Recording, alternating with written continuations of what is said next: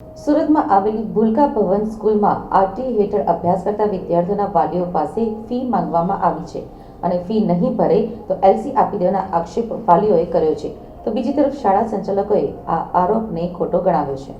સુરતના અડાજણ વિસ્તારમાં આવેલી ભૂલકા ભવન સ્કૂલ સામે વાલીઓએ આક્ષેપ કર્યા હતા. વાલીઓએ જણાવ્યું હતું કે આરટી હેઠળ અભ્યાસ કરતા બાળકોની ફી માંગવામાં આવી રહી છે અને ફી નહીં ભરે તો એલસી આપી દેવાની વાત કરી છે. તો બીજી તરફ શાળાના સોનલબેન દેસાઈએ જણાવ્યું હતું કે વાલીઓએ જે રજૂઆત કરી છે કે આરટીઈના હેઠળ વિદ્યાર્થીઓને એલસી આપી દે તે વાત સદંતર ખોટી છે અને પાયા વિહોણી છે. હાલ શાળામાં 38 જેટલા આરટીઈના વિદ્યાર્થીઓ અભ્યાસ કરી રહ્યા છે, ત્યારે સરકારના કહેવા મુજબ 11 ફાઇલો ડીઈઓ ઓફિસમાં રજૂ કરી હતી, જેમાં જે વાલીઓના ડોક્યુમેન્ટ એમણે બતાવેલા એમના કરતા ખોટા હતા. બેંક સ્ટેટમેન્ટમાં વધારે આવક અને પગાર પણ છે અને ઘણા તો દિવાળી દરમિયાન વિદેશ પ્રવાસ પણ કર્યો છે.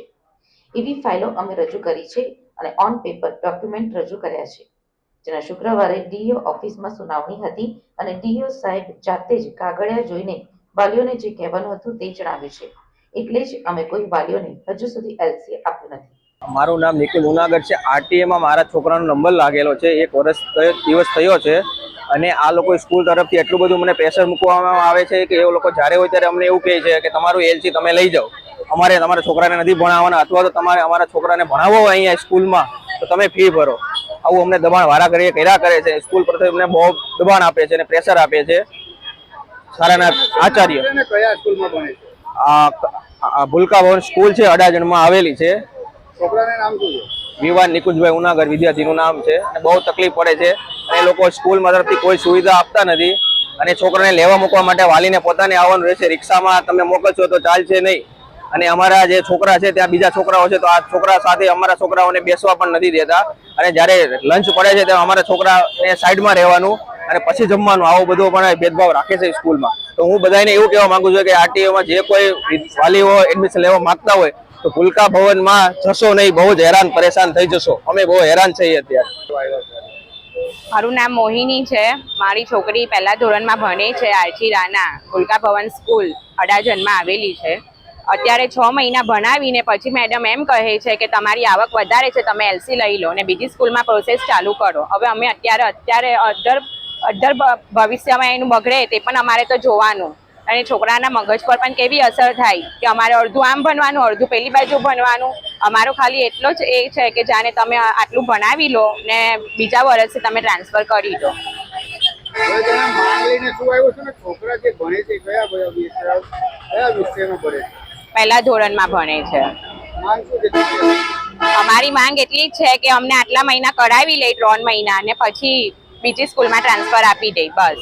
એલસી, હા, એલસી આપવાનું કીધું છે કે તમે એલસી લઈ લો અને 2 દિવસમાં લેખિત આવી જશે.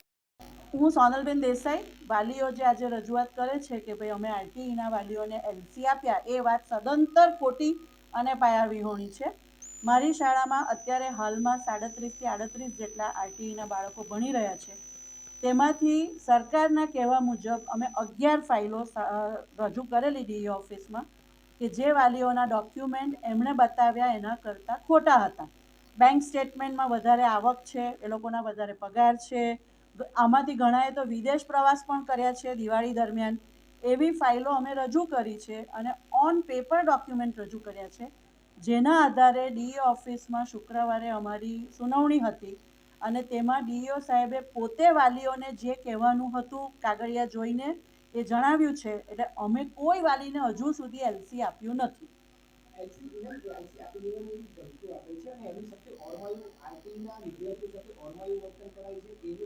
ઓરમાયું એટલે શું? કઈ જાતનું? બિલકુલ નહીં, બિલકુલ નહીં. ક્લાસમાં અત્યારે અમારા કેમેરા પણ ચાલુ છે. ક્લાસમાં બધાની સાથે ભણે છે, બધાની સાથે રમે છે. રમતના પીરિયડમાં ડ્રોઈંગ હોય તો પણ એ લોકો જેમ છે તેમ જ બધું ચાલે છે. કોઈ સાથે કશું જ થતું નથી. પણ આ વાલીઓને વારંવાર આ રીતે સ્કૂલને પેપરના પાને કે મીડિયામાં ચગાવીને લાઇમલાઇટમાં રહેવું છે. કોઈને અલગ એટલે કઈ રીતે? બેન્ચ પર એક બેન્ચ પર 2 બાળકો બેસે તો એ તો ક્લાસની સાથે જ બેઠા છે. અત્યારે પણ તમે જાઓ. ના, બિલકુલ નહીં. ના, બિલકુલ નહીં. વાલીઓ તદ્દન ખોટું બોલે છે. એલસી આપવામાં આવશે વાલીઓને? કોઈને એટલે સાહેબ જો એમનો પ્રવેશ રદ કરશે તો એમણે જાતે કરવો જ પડે ને ભાઈ. એમના કાગળિયા જોઈને જો ઓફિસમાંથી એમનો પ્રવેશ રદ થાય કે ભાઈ તમે ખોટા દસ્તાવેજો મૂકીને પ્રવેશ મેળવ્યો છે તો સરકારના નિયમ પ્રમાણે જ એમનો પ્રવેશ રદ થાય. મારે નથી કરવાનો હતો. વસ્તુ સામે આવી છે કે એમને જે આવક દર્શાવી છે એના કરતાં તો બાળકો રિક્ષામાં આવે જેની આવક વધારે હોય. હા, ઘણા બાળકો તો એવા છે કે જે 2000 રૂપિયા જેટલું મહિને રિક્ષાનો ખર્ચ ભોગવે છે. એટલે તમે વર્ષના ગણો તો 12 દુ 24,000 અને રિક્ષાવાળાનું મારી પાસે સ્ટેટમેન્ટ છે કે હું 12 મહિનાના પૈસા લઉં છું, મતલબ કે 24,000 થયા. તો એની સામે સરકાર મને આ બાળકની 13,000 રૂપિયા ફી આપે છે. તો ફી કરતાં તો વાલી રિક્ષા વેનના વધારે ખર્ચે છે. અને આ બધા વાલીઓના ઘરોમાં તમે જો તપાસ કરતા જોશો તો ઘરમાં એસી પણ છે. એ લોકો દિવાળીમાં કે મે વેકેશનમાં 10 થી 12 દિવસ ફરવા પણ જાય છે સારી રીતે. એટલે ખોટી રીતે મેળવેલા એડમિશન